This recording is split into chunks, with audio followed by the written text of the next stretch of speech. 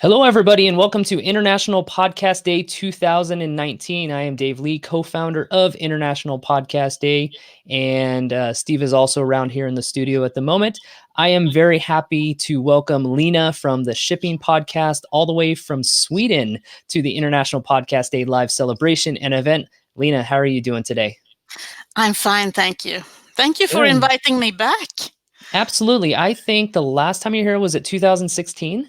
Yes, it was. Yes, yeah. So a Yeah. lot has changed, I know, over 3 years, and I'm really excited for you to go ahead and share that story. And we are definitely going to learn this hour about navigating a niche podcast in a global, old-fashioned industry. And by the name Shipping Podcast Maritime, I think we're going to have a really good session involved. But first, I did want to kick things off by thanking our International Podcast Day sponsors for the year. Our platinum sponsor is Blueberry. We are a Blueberry is a full service podcasting company providing podcast hosting, statistics, and advertising opportunities. Find out more at blueberry.com. Also, we have two gold sponsors, repurpose.io. It automatically converts your audio podcast into engaging videos and upload them to YouTube, Facebook, and other social media channels. You can try it for free over at repurpose.io/IPD. Also, Libsyn. Libsyn is a podcast hosting, distribution, and monetization solution for you, the audio and video podcaster worldwide. Reach your audience everywhere and on the most popular audience destinations like Spotify and Pandora. You can find more over at libsyn.com. And of course, we do want to thank our streaming partner, StreamYard, over at StreamYard.com, doing a fantastic job for us this year hosting the event. And finally, I would like to thank Second Line Themes, Geeks Rising Network, Synth and Outlier HQ, and Focusrite for being our 5 celebration supporters for the year. Once again, internationalpodcastday.com/sponsors. You can get some free stuff over there. You can also sign up for some discounted resources at the same time. Well, Lena, I do not want to take up any more of the time. I am really looking forward to hearing what you have to say about navigating a niche podcast in a very old-fashioned industry. Once again, Lena from Sweden, thank you so much for joining us and welcome. Thank you, Dave. And again, thank you for welcoming me back. I was one of the speakers at International Podcast Day in 2016. My podcast is about the maritime industry, and I interview the maritime professionals about their everyday job. So I provide a platform for the voices in the maritime industry through my podcast. The reason I can say that is that when I started the shipping podcast 4 years ago, no one else in the maritime industry did any podcasting. In fact, it was a virgin territory, as you can understand when I say that I was able to buy the domain of shippingpodcast.com. It was available. No one else thought about that idea. So I was alone for a while, and now I got a few competitors or friends in the podosphere who are podcasting about the maritime industry. And nothing makes me happier. That is all that I want. I want us to be out there for people to listen to. And here I would like to mention Women Offshore, which is a rather new podcast by women who are sailing on ships. And they are talking about what they endure when they are away from home and how much they love sailing, being a sailor. Most of the other podcasts that have started about and in the maritime industry, they have not really done their homework. So they are hosted on company websites and thereby not so easy to find. Or they have done their homework and are on Apple Podcasts and other places, but they are reporting more about the news in the industry. I have an interview podcast with people in the maritime industry. And since I am a lazy person and I wanted to tell a story about the maritime industry, I decided from the start to use the same questions to everyone. All my guests get the same questions. So depending on the answers from the guests, the conversations goes in different directions. But it makes me easier. It makes it easier for me to make the interviews because I can remember the questions. It's about 5. And I think that the listeners find it easier to follow what the opinion is on the same topic, but in different parts of the industry. The questions that I put is, how did you come in contact with the shipping industry? And then they talk about their career and how it all started. And I want to make a point about that people, I mean, they don't find this shipping industry unless they stumble upon it or they inherit a company in the maritime industry. Hardly anyone is looking for us or seeking to be a part of our industry. So that is what I want with that question. And then I ask my guests, what do you do in your everyday job? So depending on what they do, they have interesting stories to tell. They talk about their position today, they talk about how they came there, and so on. And by that, I want to share with my listeners that maybe you don't get your dream job the first day, and also that we all need something in our luggage to become really good at what we do. Then I ask them, what are the biggest changes that you have seen during your career? And what do you think about the digitalization? And here I can get a little bit more of a discussion. But it's open questions, and the questions to my guests require me to listen very carefully to the answer so that I know how to push the conversation further. And I think that is part of the secret sauce with the success of my podcast. Anyway, gone are the days when I had to explain what a podcast is to people I meet and how to listen to it. At least the younger people, they know what a podcast is and how to listen because they listen to every other podcast. And I just want them to listen to the passion from the people who are working in this industry. But honestly, I think podcasting has become so mainstream now that almost everyone knows what a podcast is, even if they don't listen to it. I get that embarrassed excuse quite a lot from people my own age. I know what you're doing, but I never listen to podcasts. It's not my thing. Well, my reply is usually podcasts take a while to get used to if you're not used to listening to other. It takes a while for that to land with them, but then I say, let me know if you need any tips on what to listen to. I mean, I cannot expect everyone to listen to the shipping podcast. Even if I really would like to do so, what I would really like to do is to twist their arm and make them listen. Because I think that they are missing out when they are not listening to podcasts in general and the shipping podcast specifically. It has been quite a journey to reach where I am now. So many things have happened. And my presentation here today is an attempt to share with you what I have learned along the way. The shipping podcast is downloaded approximately 6,000 times a month in more than 165 countries. I release a new episode every other Friday, the now so-called The Shipping Podcast Friday. I think it's a success to have so many downloads. Well, I don't really know if it's a success or not. It's hard to know when you have reached a success, since there is no real measurement to hold up against. But I have decided reaching so many people every month is a success, since I would never do that otherwise. There is no arena for me where I can reach so many people in 1 month otherwise. At least not in this city where I live in Gothenburg. And also, I take some comfort in listening to the feed when Rob Walsh is saying that if you have more than 150 downloads after 45 days of releasing your podcast episode, then you are better than the average.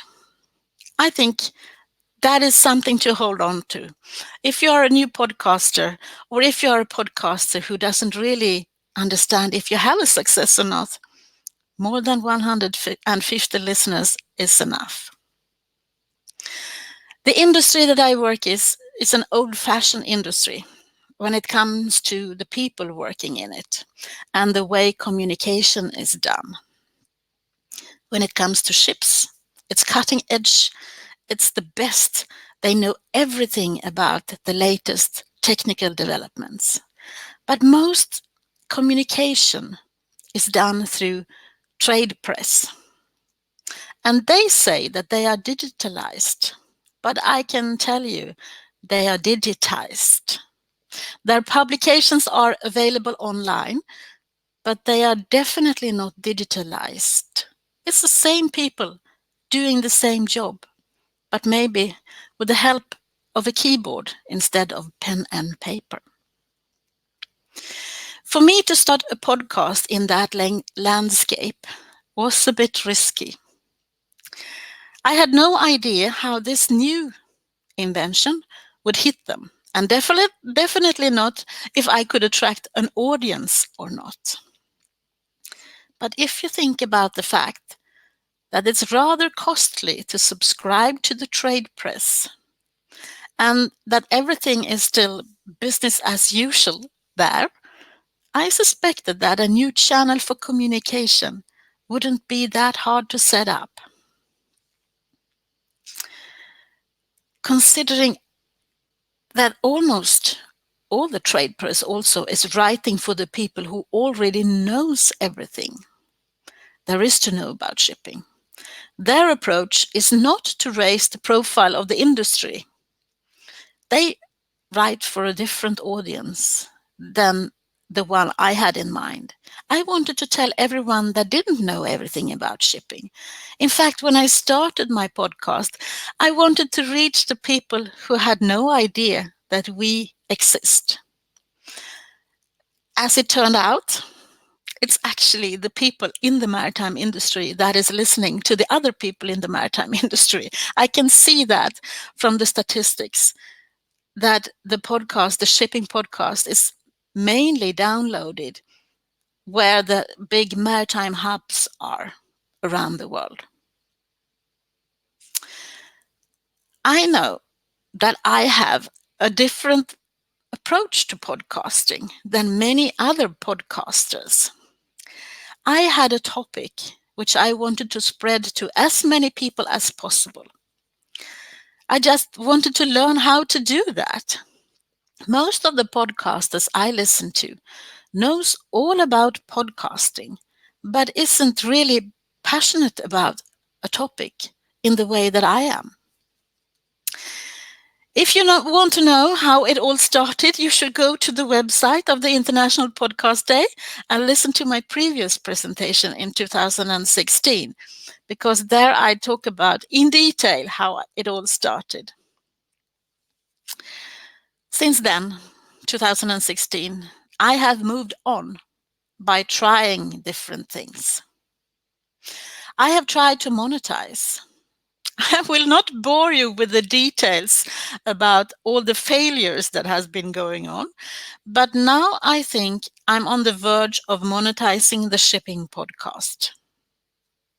I think the time is right now, and I am ready.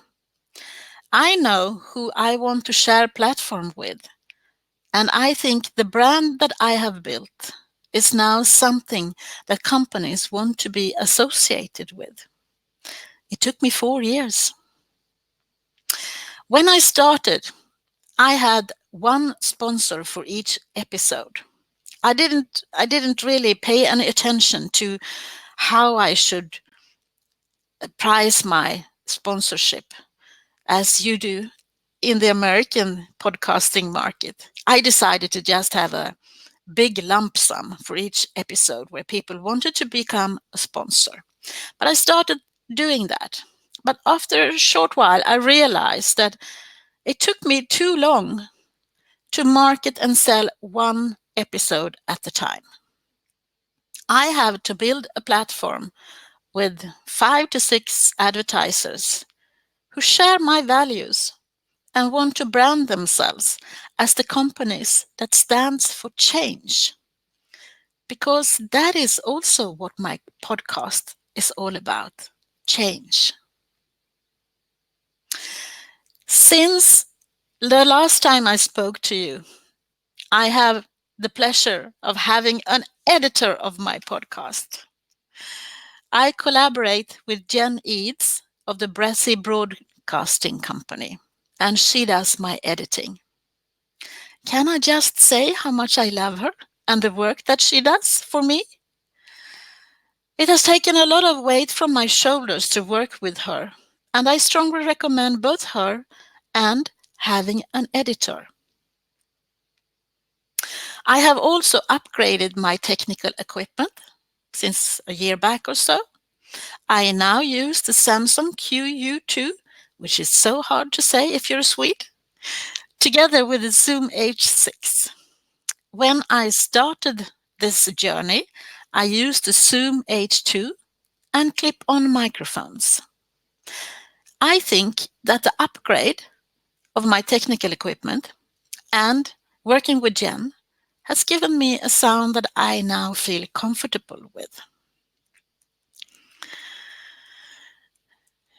I also enrolled in the mentorship group by Elsie Escobar late 2017, and I was blown away. Elsie has such a different way of looking at things that resonates with me. So if you want to grow and develop your podcast, you should definitely check out the e-league that is run by Elsie Escobar. It's a journey inwards at the same time that you get included in a ring of people who speaks the same language, if you know what I mean. I cannot underline enough the importance of having a network when working with podcasting. I am lucky. I have been able to find several nice people to share podcasting stuff with. I am, of course, a member of the She Podcasts Facebook group, which is now gathering some 12,000 female podcasters. But when I was a rookie, I was in there and I read a post from a Danish woman asking for a podcast pal to be a sounding board and a friend in the podcasting space. I am happy to call Karin Hög my podcasting pal. I don't speak Danish, but I understand Danish. Karin doesn't speak Swedish, but she understands what I'm saying. Karin is a former radio reporter who has podcasted since the day podcasting was born. She has been doing this for about 15 years and she knows all the tech stuff. And she has an amazing network in the podcasting business. She also has her own podcasting studio, which I, of course, have visited, and we have recorded podcast episodes in there. She also has a web shop where she sells podcasting gear. So we have monthly Skype meetings, Karin and I, to just catch up and discuss the latest news. That is a great help to me. She knows all about the tech stuff, and I know a lot about other things. So we always encourage each other and teach each other new things.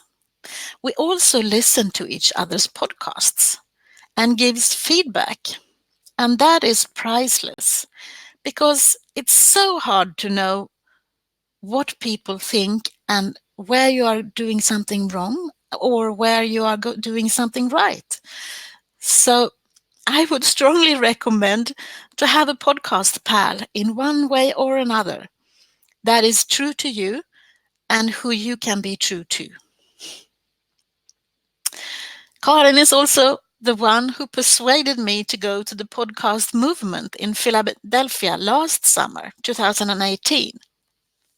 We had a great time there, meeting all the people in real life who I had only had online communication with, or who I had read about in the media. I strongly recommend participating in the podcast movement. Maybe not every year, because it's so far away, but to come there and listen to all the professionals, just to listen to them, to learn from them, to see all the exhibitors, to feel the affinity of the podcasting community. That was something else. And it gave me so much energy to go back home and try to develop my podcast even further.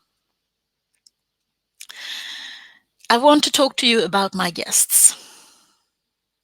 I have released 120 episodes, and 47% of them are with female guests.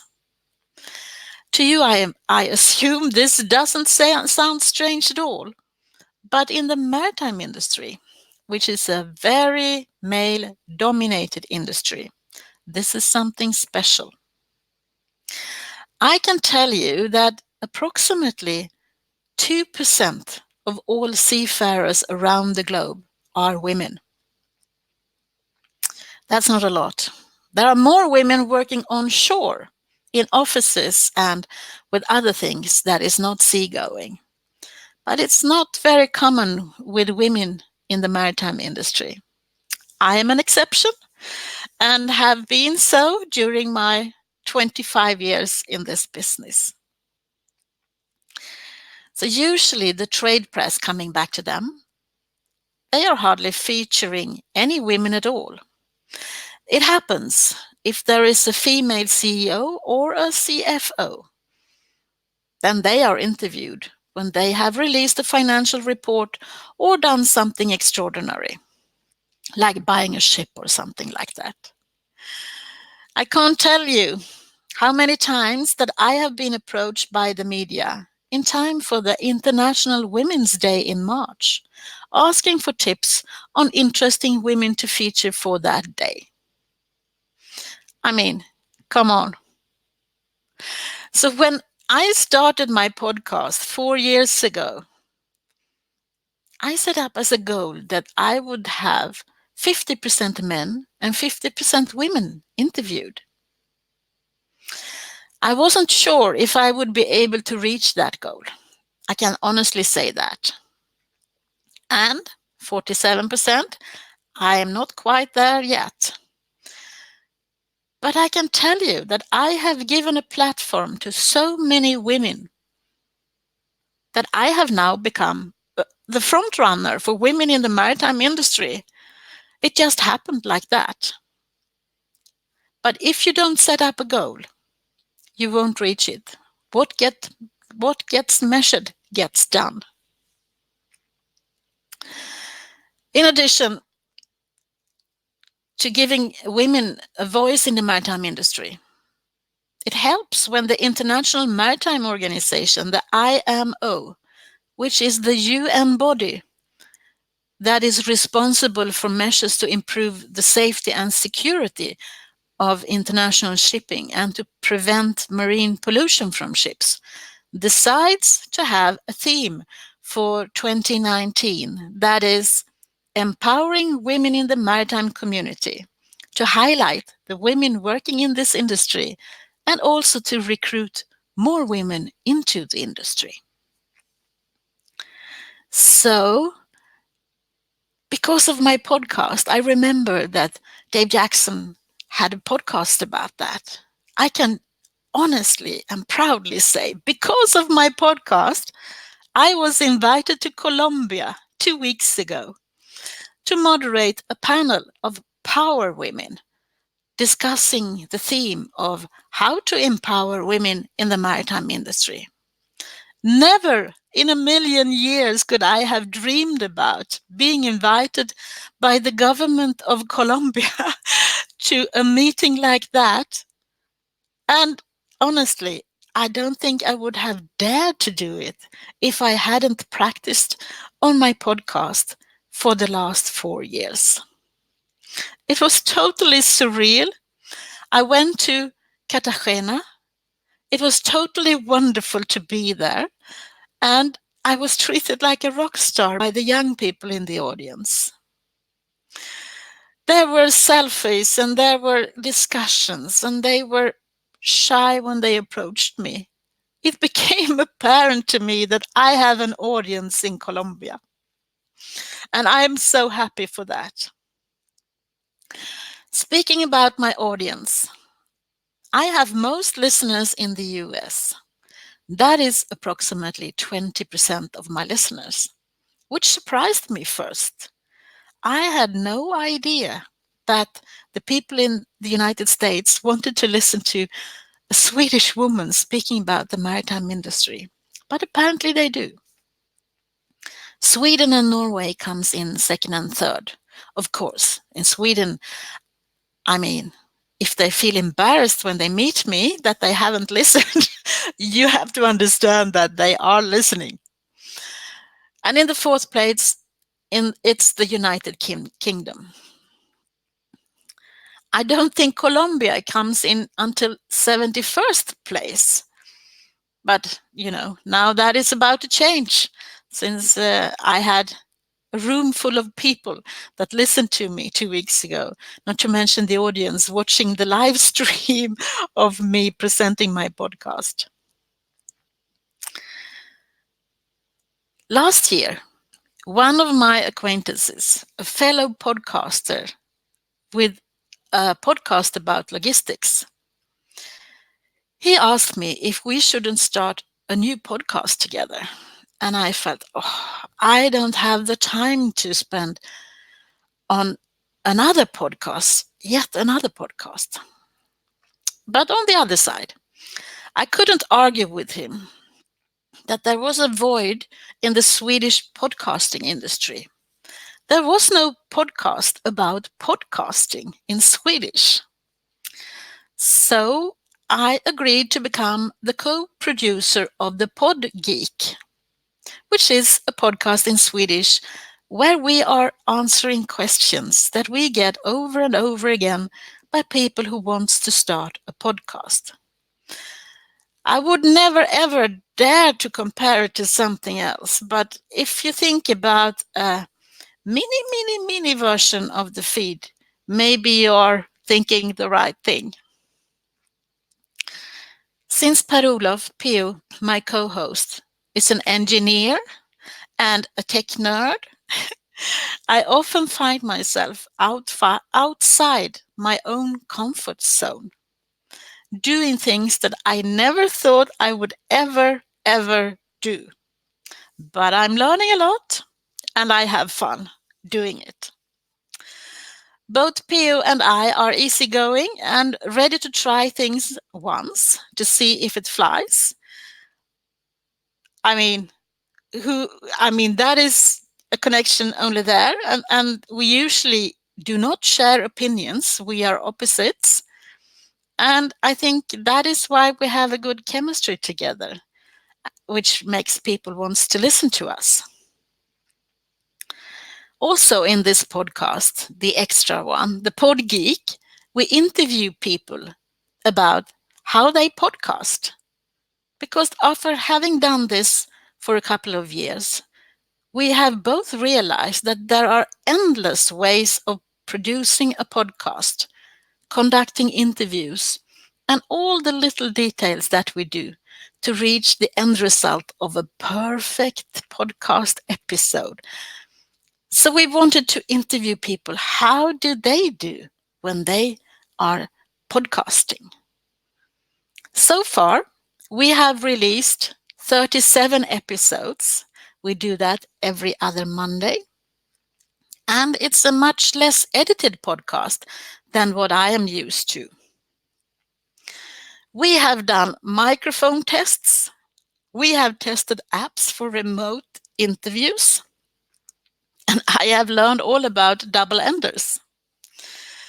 In the shipping podcast, I always do the interviews in person. And that means that I had never tried to do a double ender until we actually tested. Now it's like a walk in the park. I do it every time when we are not interviewing someone or testing live episodes on Facebook or connecting me through a landline to his new Procaster. I mean, there's so many things that we do. Some things land and some things fly. We just have a good time. There are so many things to find out about podcasting by just being put in a position and solve a problem like I did this morning when I woke up and had no broadband connection in my office.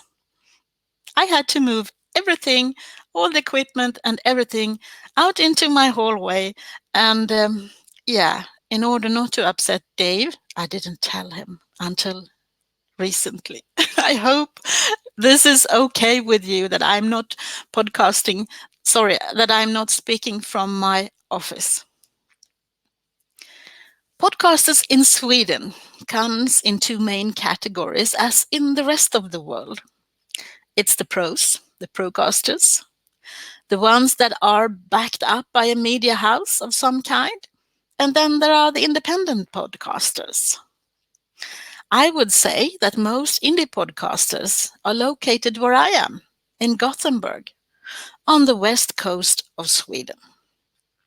And most procasters are situated in Stockholm, the capital. Not to say that there are not any independent podcasters in Stockholm, but I mean, we have got Acast and we got Spotify and those kind of companies are with their head office in Stockholm. So we are a small group in Gothenburg, or we are becoming larger and larger, the indie podcasters. We have decided that now is the time for a podcasting event in Sweden. So we have decided to host the Podcoast in Gothenburg, March, Friday the 13th and 14th next year. We are preparing and have formed a working group. And as we speak, the logotype and the website is being put together. There was only a birthday coming in between where we were supposed to have it up right now. But if someone is turning, half of their life, maybe they should be allowed to go on a holiday instead of putting together a website. If you're interested in participating in this unconference, we will have an unconference. I'm not sure if you are familiar with that. That is when the participants are speaking.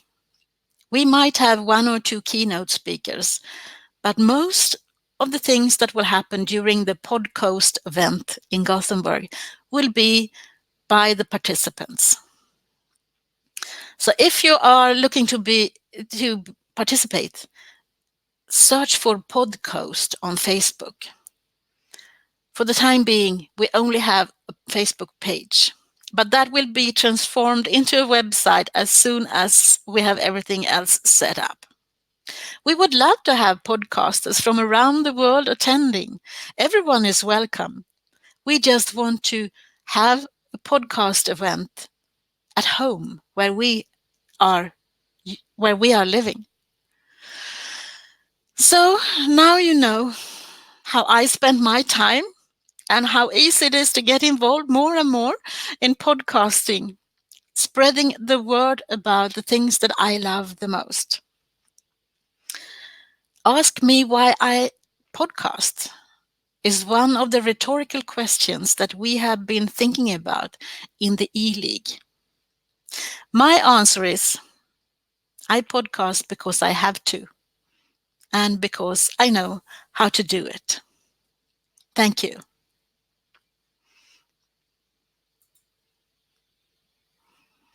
Dave, I hope I got some questions to answer, at least from you or from someone else. I did not fill up my 50 minutes, but I think that is all what I wanted to say this time. Lena, that's incredible. We're having a few comments just in the chat room here I can run through, and just there's, as Steph is saying in the chat room, like, it's fascinating. She's glad that you're here. She's glad that you're sharing your story. And it's just incredible what's going on in Sweden right now. You said the unconference, and that your podcast led you from Sweden to Colombia to hosting a panel of powerful women. And it's just the rise in which I've seen over the last 3 years. And it's absolutely incredible that you are spearheading so much of this over in Sweden. I can't thank you enough for being part of it. And let me see, one of the comments was, is there a link to the unconference in here, or not Not yet? yet, but you have to search on Facebook. There is a Facebook page. They promised me before they left for their holiday. If you look for Podcoast, so it sort of brings you to think about the west coast of Sweden, and it also goes back to like 6 or 8 years ago when there was a conference about the web and online communication, and where I first learned about podcasting, which was called Webcoast at that time. Oh. So we are people who did attend that conference. We want to take this into podcasting as well. So Podcoast on Facebook, please. Podcoast on Facebook. I'll find that and share it out. And Steph in the chat room is curious, what podcast do you listen to, Lena? Well, that's interesting because when I started, before I started podcasting myself, I listened to, the ones that everyone else was listening to. And in Sweden, we had a lot of podcasts that came out of the Swedish radio. So I listened to the radio programs, but as a podcast, on demand. Nowadays, I listen so much more to podcasts about how to podcast. So, well, I listen to maybe 40 podcasts. I don't know. It's queued up in my mobile. So I would say listen to the feed. You have to listen to the feed. I think they're so great. Elsie and Rob are sharing so much with the podcasting community. So I listen to them. On top of that, I get all these tips, and I have to listen to the guests that we are interviewing in the Pod Geek. So it's a lot of Swedish podcasts that you maybe not be familiar with. I try to listen to the maritime podcasts, and well, I don't know if I can share with you the podcast that I listen to. I have to check if the I do listen to. There is a very good podcast which is called the the Digital Dragon in Swedish, but it is in English because it's about the Chinese developments, digital developments in China. And there's so many things that is happening in China that we could learn from. They're so far ahead of us when it comes to digitalization. So that is what I listen to. I listen to a lot of AI because that is also coming into the maritime industry. And the more I learn about different things that is not in the industry right now, I will be an even more forerunner and standing for change and doing things differently. Recorded Future, it's a company that is based in Gothenburg. They have a podcast, Recorded Future. Look it up because it's so interesting. It started in a university, and now they were bought by a big, huge company. I can't really remember which one it was, but you need to look up Recorded Future and listen to their podcast. They are talking about everything in digitalization as well. I feel like I'm really not diverse when it comes to my listening to podcasts, but that is what I am like.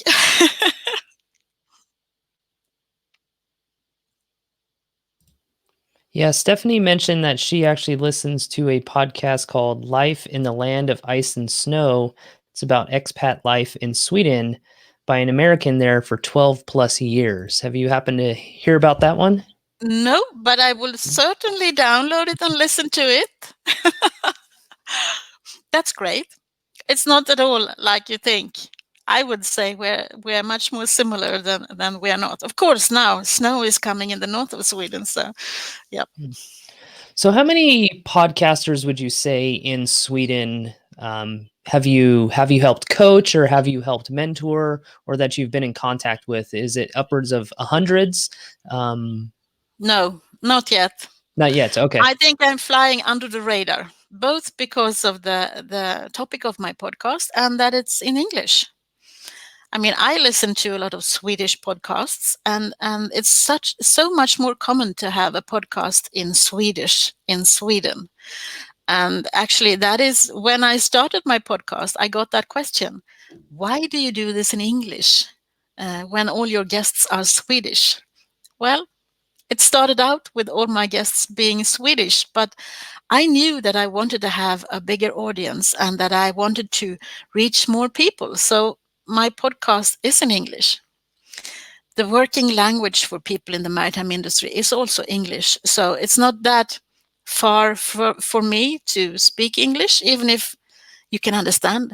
You can hear that I have an accent, and you can understand that it's not, I I speak English with the Swedish mind. So I'm thinking in Swedish, even though it comes out in English. Um, yeah. During your shipping podcast, is there one interview or one person that you've had a conversation with that has really stuck with you over the years? Perhaps one that's been of recent or maybe even late. Can you share that with our audience? Yes. When I met Kate Adamson, she is a blue futurist, and that is episode 35. So that was quite some time ago. She she painted a picture for me about the future of the maritime industry, which was so far away from what it was then. Things are happening fast now, but she painted a view and a picture for me on how it all should be. We should compare ourselves with the Facebooks and Googles of the world. We shouldn't be, you know, doing things business as usual. We should start doing things in a different way. And when I met her, that was like someone who was challenging my mind, and I had to start thinking myself. And after that, I also realized that I probably need to interview more people who are doing innovative things and are forerunners in their own space. So after that, I changed my direction for the shipping podcast, and I started to interview people and realized that there are so many young women who are bringing in the new knowledge to our industry that we do not have before. I have met young women who knows everything about 3D printing, about blockchain, about autonomous shipping. And that makes me so happy because it means that the young women are bringing new things into our industry that we need. And they know so much about it that we can learn from them. And I don't know, I've been thinking about maybe it's because it's virgin territory for them. There is no man who has learned that before them. So they can have a career and just spread out their wings and be even better in what they are doing.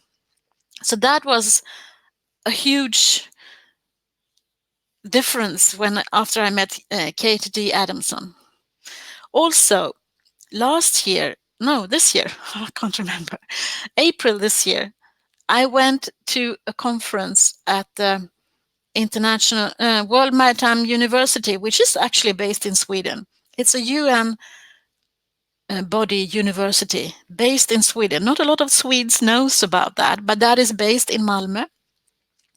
And they hosted a conference on the same theme as the IMO has chosen for the year, empowering women in the maritime industry. And there I met so many women from all over the world who are working in the maritime industry, either on shore or as seagoing personnel. I did an interview with Captain Kate McHugh. You can follow her. She's on Instagram and she's got loads of followers. Captain Kate is a captain on board a cruise ship, and she shows what it's like to be a captain on board a cruise ship. She also shows what it's like to be a female captain on board a cruise ship. And I was so impressed by her, the way she speaks about her occupation and how passionate she is about that.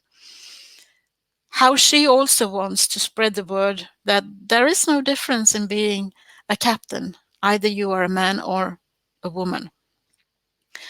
That happened recently. So, and my last episode, which was released not this Friday, but the Friday before, that is when I met Captain Kate's boss or manager. He turned out to be a Swede. So I tracked him down when he was on holiday in Sweden, in Stockholm, and sat down and had a conversation with him. I mean, I was almost in tears myself when editing that episode, because Patrick speaks about diversity in a way I'd never expected to hear a man speak about diversity in this industry. And my God, he is the boss of five, he's operating boss of five cruise companies. So he has a possibility to make some change. So I would say those, but I mean, I've met so many wonderful people. I've met the young ones who have so many expectations of our industry. I've also met the old ones who doesn't really believe in what I am trying to tell them, that change is coming. So I learn from every guest that I meet. And the guests that I meet, they open their doors for me, for the next guest. I mean, every episode I close with asking them, who would you be interested in listening to in the shipping podcast? And they come up with great ideas. And just by asking them, when we turn off the microphone, they usually say, I can connect you. And that is so great.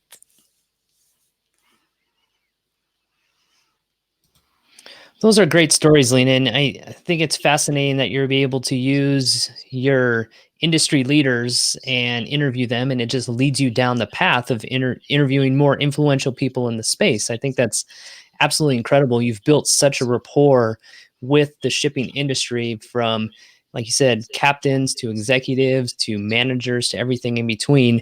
I want to shift over to your trip to Colombia real fast to kind of have a few talking points there.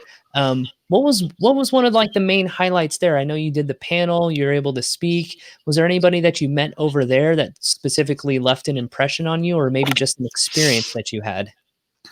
Well, I would said I met and traveled with so many of the hotshots in this industry that I would never have dreamed about socializing with.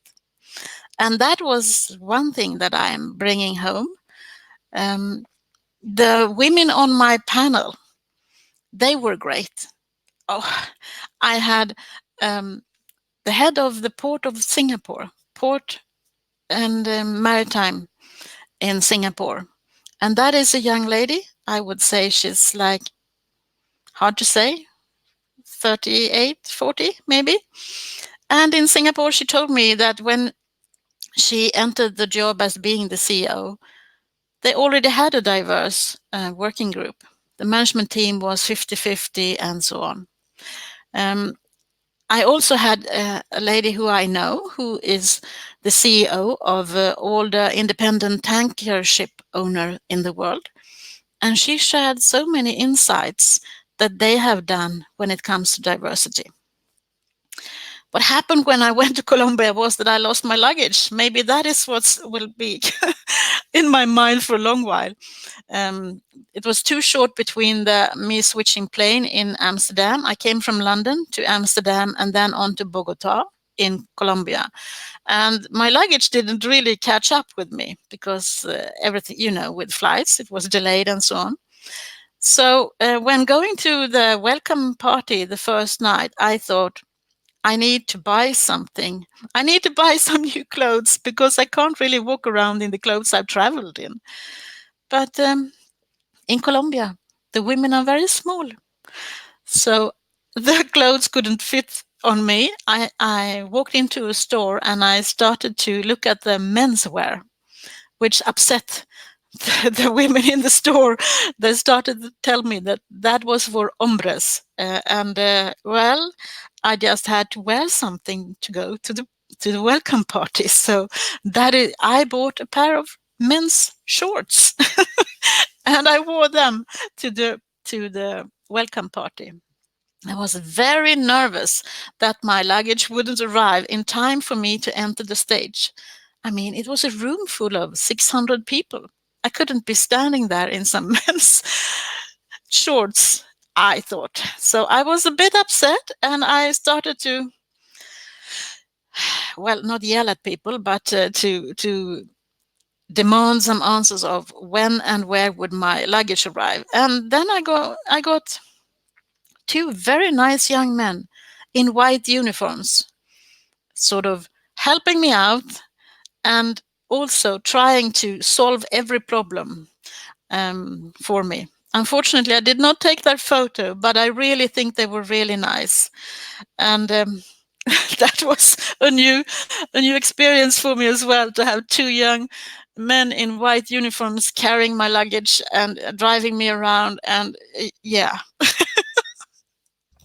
What an experience. I mean, over the last 3 years since the last time you were here in 2016, it's just such a departure, and such growth from what you've been experiencing. I'm glad we were able to connect. Lena, I can't thank you enough for joining International Podcast Day, representing yourself, a very old-fashioned industry and niche podcast area. You've been able to navigate that, pun intended, and really grow yourself, grow the podcasting industry within Sweden. And I just want to congratulate you for everything that's been happening and the success. So before we end this session, will you let everybody know where they can connect with you, either a website or on social media?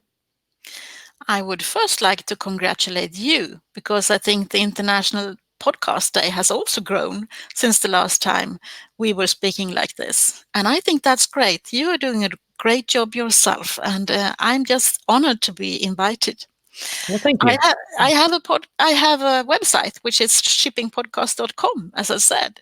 And there is a big play button because all the elderly people who doesn't know how to listen to a podcast on the mobile can always listen. Just sit still in front of your screen. Shippingpodcast.com. I am available on all podcast platforms, and the handle is Shipping Podcast. If you want to connect with me, my handle is Lena Gothberg, in one word, LenaGothberg. Well, Lena, thank you so much for joining International Podcast Day 2019. Thank you so much. And I'm sure we'll stay connected. And I know everybody that was at least in the live chat enjoyed the conversation. I'm sure people that are watching this video a little bit later than live have enjoyed the conversation too. So, Lena, thank you so much. And happy International Podcast Day, everybody. Thank you.